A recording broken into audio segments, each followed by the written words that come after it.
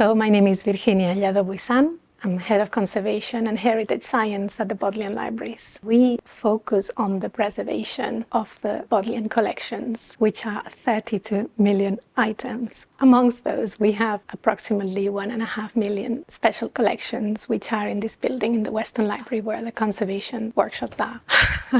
I'm still pinching myself every day when I walk into work. Oxford University is an enormous resource for humankind. We have phenomenal treasures in this university. Philanthropy addressed to sustain and preserve Oxford's collections. Tom Barron and his wife, Curry, were extremely interested in conservation of collections, Tom being a graduate himself of the university. We continued talking about a potential relationship. He asked me, what would I do if I had a magic wand?